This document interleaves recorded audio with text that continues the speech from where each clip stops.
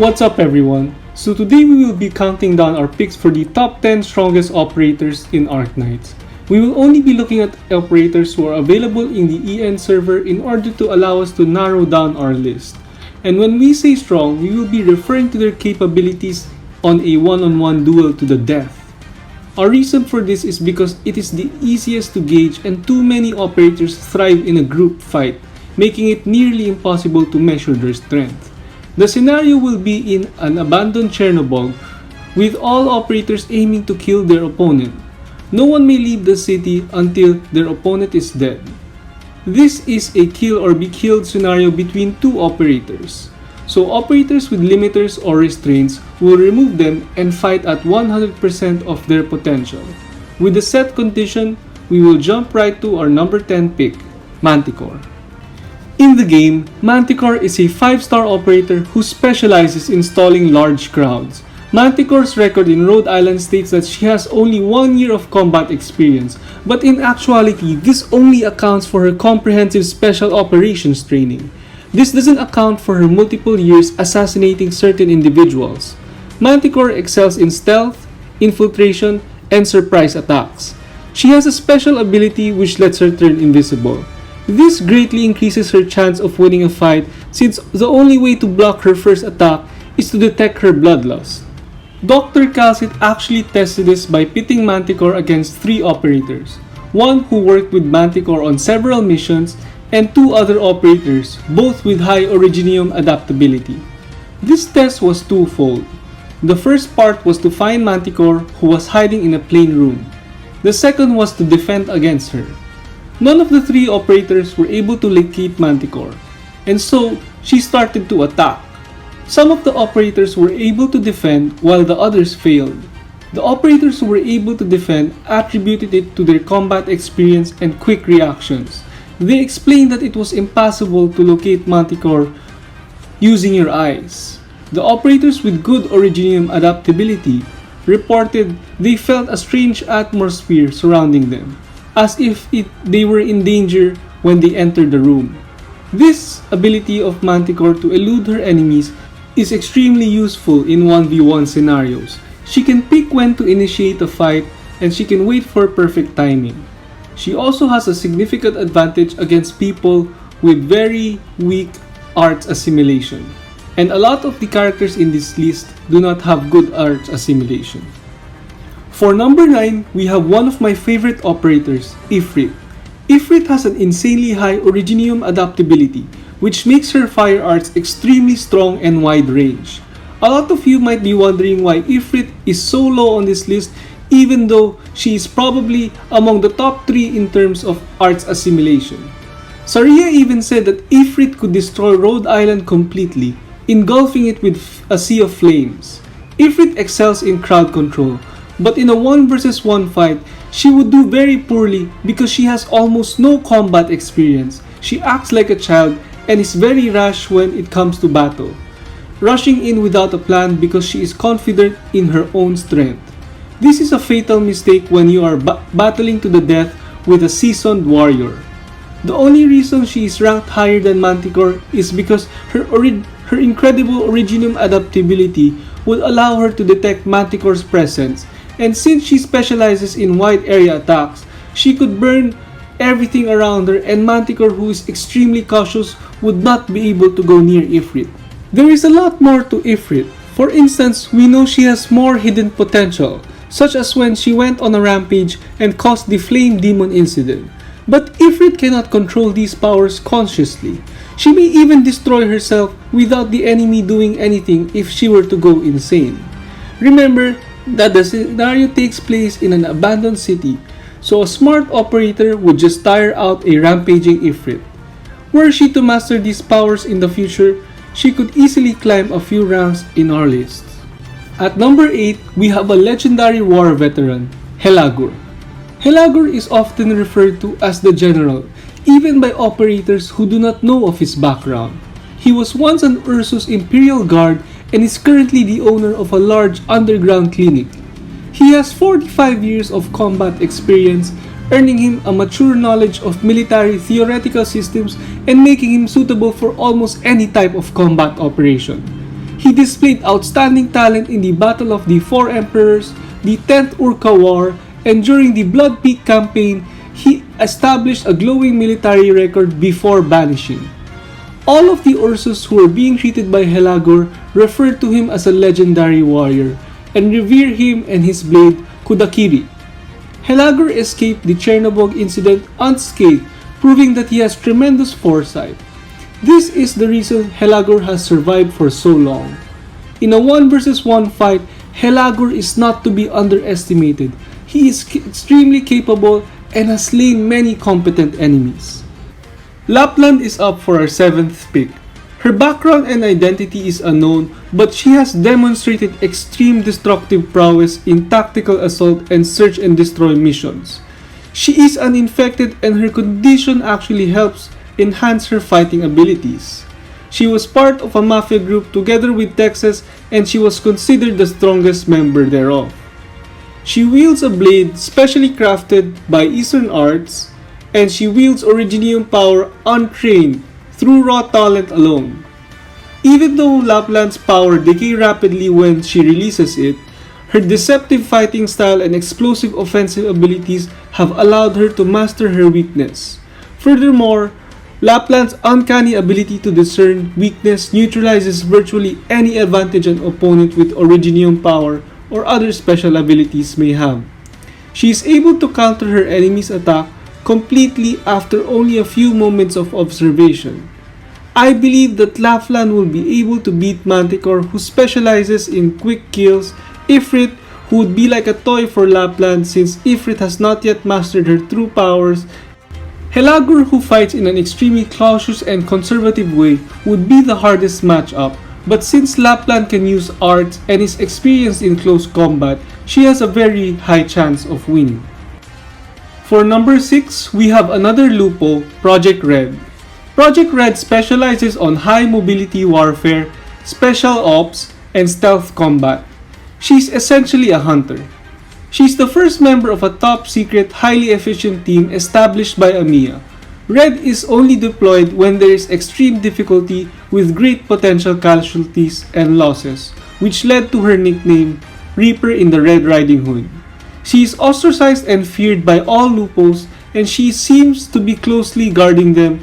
Even Lappland, the strongest of the other Lupos, is certain that she would lose a fight against Red. She is definitely an elite and at an advantage in 1-to-1 combat. Just to show you how terrifying she is, we will watch a short interaction between her and Crownslayer. Crownslayer was trying to communicate with other reunion members. The other reunion members were being slaughtered by Red one by one, some of them even telling Crownslayer that they wish they never left Ursus. Crownslayer is very scared and just tells them to get rid of Red because she is also a Lupo. After a while, Red also goes for Crownslayer. We're halfway down the list and we're gonna start number 5 with my favorite operator, Saria. Saria is a scientist and researcher who has vast understanding of the theory behind her Originium art. It's very complicated, but she essentially is able to manipulate the calcium and other chemicals around her. If she wanted to, she could probably manipulate the calcium inside the bones of her opponents. That's if she wanted to. Saria has used the calcium manipulation as a means to heal her allies and not as a means to kill her enemies, who she will often overpower with her physical prowess. She stands firmly by her beliefs that strength is not the essence of combat. Keep in mind that Saria herself has said that first aid is not her strong point. Her true power was much more destructive. She said that her calcification magic can make her enemies weaker, but it can also reinforce her shield, confident that no enemy could break it. Take note that Saria was able to contain Ifrit during the Flame Demon incident where Ifrit was unknowingly provoked into a rampage. It was not a fight for Saria, it was simply a suppression of a dangerous entity, her log stating experimental unit suppressed. Many operators feel that if Saria abandoned her shield and syringe and used both her fists to fight, she would be stronger than she is now, or at the very least more destructive. Rhode Islands has already accepted her strength, but they wonder why she would not choose a more offensive fighting style since she was so strong. At number 4, we have another medic type operator, Shining. Shining is a Sarcas medic who is considered an expert in medical originium. She is a superior medic who could not only heal operators but protect them even before they have received damage. A surviving operator who has seen Shining fight explains her as follows. Let me tell you, Shining's healing expertise in no way means she's your typical frail medical genius. True, no one saw her in actual combat, and she seemed warm and gentle like the sunset, even a bit lonely. Unlike a warrior, right? You must feel she's incredible only in her medical resolve. Perhaps she's possessed originium arts of a different kind. That must be what you're thinking, since that's what you've seen her do. But I must tell you, she's the mightiest sword fighter I've ever seen. I was foolish to assume that what she had in her hand all this time was a normal art staff. I don't know why she doesn't use a sword. Her expression was loathing? As if blades disgusted her, or maybe she was disgusted to wield the blade. I'm not quite sure. Anyway, she has been hiding her sword skills from Rhode Island. Except for Shining, the entire team was wiped out by an enemy ambush. Most of the operators were near death and surrounded by a platoon of heavy armored enemies. To save those who were ambushed, Shining defeated the platoon within a mere second, with a silent expression as if it was not the first time this has happened. When Shining saw this log, she said that her healing had hallucinatory effects in an attempt to cover it up. She is definitely an expert swordsman who uses the scabbard of her sword as a healing staff. Number 3 was actually a very difficult choice. I had to imagine this operator fighting with Projekt Red, Saria, and Shining. But with her full power, I still believe that she could have won. At number 3, we have Amiya. Amiya may seem like a well-rounded, balanced operator who is just average, but she is extremely strong. Do not ever underestimate her. Even Tallulah, who was caught off guard when Amiya unleashed some of her true powers in order to protect her allies, was very surprised. Amiya has an infection rate of 19%, which is cutting it close since almost no one survives having an infection rate of over 20%. This is probably why she is limiting her powers, since she also has a duty as the leader of Rhode Island. But in a 1 vs 1 duel where she would die if she did not unleash all her powers, she is definitely several times stronger than her regular self. If you notice, Amiya actually has several rings around her arms, legs, and neck. These are suppressants that operators wear in order to reduce the impact of originium on assimilation rate. But it also reduces an operator's arts capabilities. You will sometimes see these suppressants on other infected, which is not rare, but normally they will only wear one. Amiya is wearing 13 suppressants, which is absurd. If you notice her E2 art, she only removes one suppressant on her thumb. Imagine if she removed all 13. She might succumb to the infection, but she would have definitely killed her opponent. As a main character in Arknights, it's also very hard to kill her because she has plot armor. You'd need to be able to stop time to deal with her. At number 2, we have Skadi. Skadi has 13 years of combat experience, which is the longest for any female operator. Able to easily kill large monsters, eliminate difficult targets, fight crucial battles, and win entire wars all by herself. She's extremely proficient in combat, but her past prior to becoming a bounty hunter remains a mystery. She often goes on solo missions because she complains that her teams hold her back. In the few team operations she'd had, her team was left with cleanup duty, which fostered a lot of resentment among some operators. There are several rumors surrounding her. Many believe she has demon blood and call her a walking catastrophe as well. Her tactics are extremely unique but also very dangerous. Although she can defeat whole crowds by herself, I believe she excels in one-on-one combat, which is why she is only second to one. Alright guys, so we're down to the final pick. And the final pick is a caster by the name of Mostima. Mostima is an extremely mysterious entity. She has become a fallen angel after breaking one of the 13 laws of Laterano race, which are all considered absolute by them. Only designated executors may break these laws, in order to enforce them upon other non-executor citizens. Her halo grew black and she grew a tail and horn after pointing a gun at Exucise's sister. One of the 13 laws of Laterano forbade the pointing of guns on other Lateranos. When you increase Exucise's trust to a certain level, she will tell you about an angel with black horns. She is referring to Mostima, and as for why she received her horns, I think it has less to do with breaking the Laterano laws, but rather more to do with her unique weapon, the black lock and the white key. Both staffs are different and they contain different types of spells.